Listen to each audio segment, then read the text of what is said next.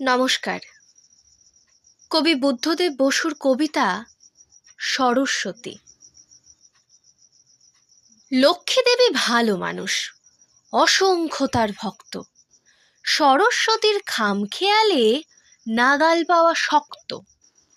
পুজো তাকে করতে হবে সপ্তাহে 7 দিনই, তাই বলে যে তুষ্ট হবেন তেমন তো নন ইনি। সন্ধে সকাল রাত দুপুরেও সাধতে হবে তোমায়, কোনো মতেই সইবে না তার একটি বেলা কামাই। কিন্তু যদি চিন্তা করো মিটল মনোবাঞ্ছা, দেখবে তখন আরো অনেক দূরে তোমার প্রাণ চায়। হঠাৎ যদি একটি কোনো বর দিয়ে দেন দৈবে, ভেবো না সেই ভাগ্য তোমার চিরটাকাল রইবে।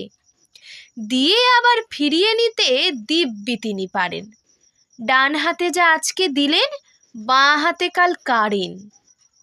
এই জন্য সরস্বতীর নেই পপুলারিটি, পদ্মবনে একলা তাকে দূরে রাখাই রীতি। লক্ষ্মী আছেন ঘরে ঘরে মা কাকিমার যত্নে, সরস্বতীর বৃহস্পতিবার কারোই তাতে মত নেই।